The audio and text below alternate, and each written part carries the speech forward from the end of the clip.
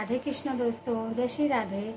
कैसे हैं आप सब लोग? आशा करती हूँ अच्छे होंगे। राधा रानी की कृपा आप सब पर यूं ही बनी रहे। आप लोग अपने जीवन में स्वस्थ रहें, मुस्कुराते रहें और खुश रहें। यही राधा रानी से मेरा अनुरोध रहेगा हमेशा। तो मैं आज बात कर रही हूँ, जो टॉपिक था वो कल के लिए था, फिर बाद में इसके बारे में बात करेंगे। कल मैंने बात किया नहीं आपसे उस बारे में। कल था जो है एकादशी, 7 तारीख को थी। कल 7 तारीख थी, तो कहीं कहीं पे 7 तारीख को मनाते हैं, कहीं मनाए हैं। कल हम लोगों तो कल 7 को ही मनाए हैं एकादशी, और कहीं पे 6 तारीख को भी मनाया। लेकिन जब हमारे गुरु महाराज थे, उन्होंने बताया था कि 7 को ही एकादशी है। तो 2 बार वैसे हिंदू में भी एक बहुत बड़ी कमी हो गई है दोस्तों। बीच में बात काट रही हूँ कि कोई भी त्यौहार हो रहा है तो एक दिन तो त्यौहार मन ही नहीं रहा है, और त्यौहार 2 दिन तो अक्सर जा ही जा रहा है।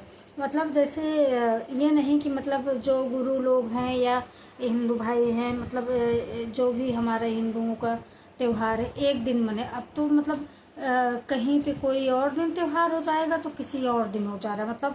2 दिन तो होना ही होना है। वैसे इस बार एकादशी भी हो गई। मैंने ब्लॉग भी देखे थे, मैंने यूट्यूब पे भी देखा था कि कोई 6 तारीख को एकादशी मनाए हैं, कोई 7 तारीख को मनाए हैं।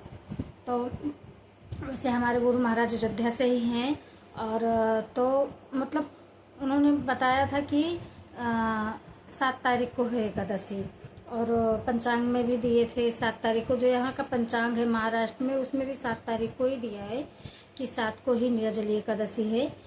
जो भागवत और भीमा दोनों बोलते हैं। गांव में पहले हमारी जो आजी सास थी तो भीमा एकादशी बोला करते थे, और वो लोग निर्जल उपवास करते थे। जो गांव में हमारी आजी सास और एक मेरी सास थी, आजी सास जो उनकी देवरानी जेठानी होती हैं, जैसे हमारी देवरानी जेठानी, तो सब लोग निराजली रहती थी। दिन रात पानी नहीं पीते थे इसमें। और फिर जाते थे, जब उसके एक दिन पहले गंगा दशहरा पड़ता था तो जाते थे धोपाप नहाने। अगर जो यूपी से होंगे आप लोग तो जानते ही होंगे, गोमती सुल्तानपुर ज़िले में, आप अयोध्या जाने लगेंगे तो सुल्तानपुर ज़िला पड़ जाता है। तो सुल्तानपुर ज़िले में आता है धोपाप। तो वहाँ पे श्री राम जी नहाए थे, तो उस घाट का नाम अभी पड़ गया है धोपाप। तो जो ये गंगा दशहरा रहता है, गंगा जी भी नहाने बहुत भीड़ रहती है गंगा जी में और संगम जी में, लेकिन धपाप भी लोग बहुत नहाने जाते हैं उस दिन।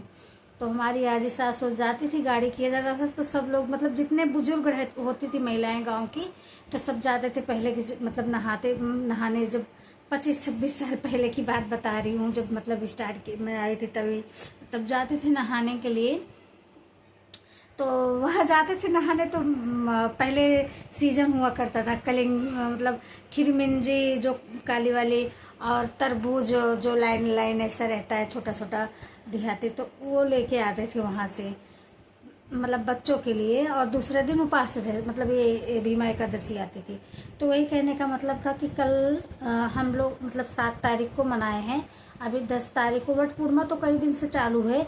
महाराष्ट्र में तो कई दिन मनाते हैं वट पूर्णिमा को, लेडीज लगातार कई दिन यहाँ पे पूजा चलता है वट पूर्णिमा का महाराष्ट्र में। लेकिन जो लास्ट पूजा है वो 10 तारीख को है यहाँ पे वट पूर्णिमा। तो सब शहरों में अलग अलग त्योहारों को भी मनाने लगे हैं। एक जैसा भी नहीं मनाया जा रहा है कि चलो इस दिन फिक्स है तो इस दिन ही मना लेते। इस बार दिवाली भी देखिए आप लोग 2 दिन मनाई गई, और कहीं कहीं पे जो है एक दिन पहले मना लिए दिवाली, तो कहीं कहीं पे एक दिन बाद मनाए दिवाली।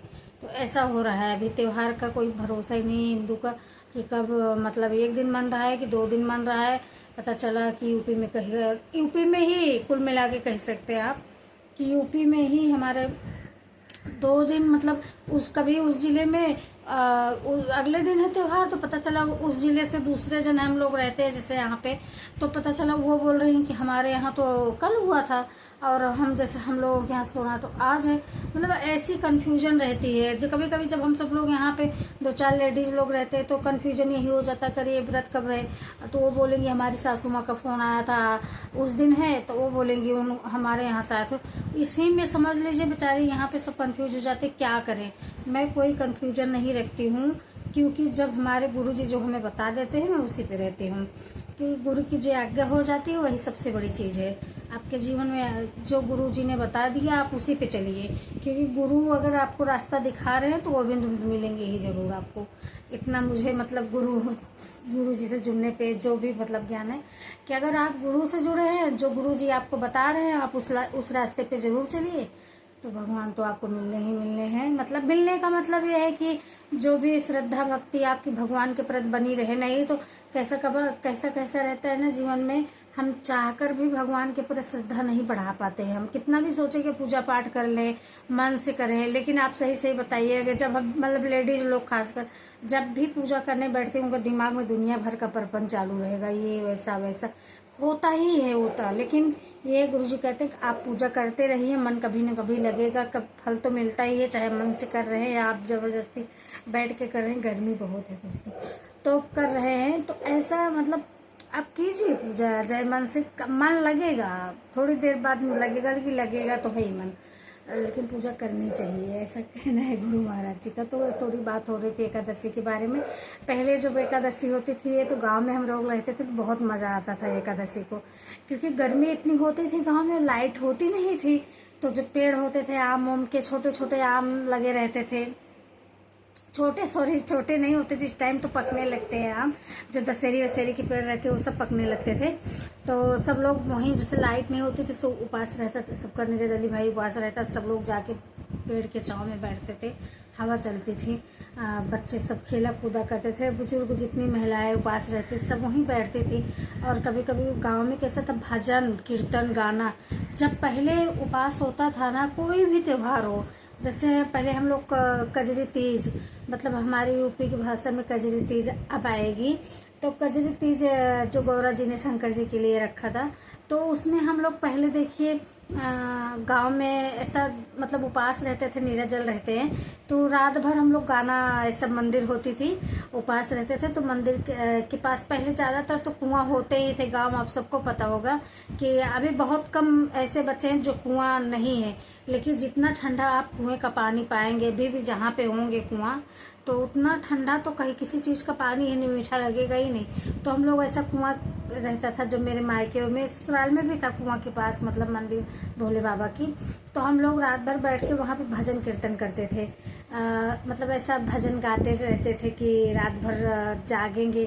तो कहते हैं निर्जल उपास रह रहे हैं आप, तो जागना चाहिए और भजन कीर्तन करना चाहिए। लेकिन अभी शहरों में इतना रात भर, मतलब दिन में तो चलता है भजन कीर्तन, लेकिन रात में मुमकिन नहीं हो पाता है। तो मैं दोस्तों कल इस विषय में आप लोगों से बात करूंगी, तो बात को यही विराम करती हूँ, क्योंकि ब्लॉग बहुत लंबा हो जाएगा, और अभी लंबा आपसे बार बार यही बातें कर रही हूँ, क्योंकि लंबा ब्लॉग मैं अभी डाल नहीं सकती हूँ। तो आपसे मैं अभी जय श्री राधे राधे करती हूँ, और आपके जीवन में राधा रानी में खुशियाँ बरसाती रहें। जय राधे कृष्ण। अगर वीडियो अच्छी लगी हो तो वीडियो को लाइक कीजिए और चैनल को ज़रूर सब्सक्राइब कीजिएगा दोस्तों। जय श्री राधे।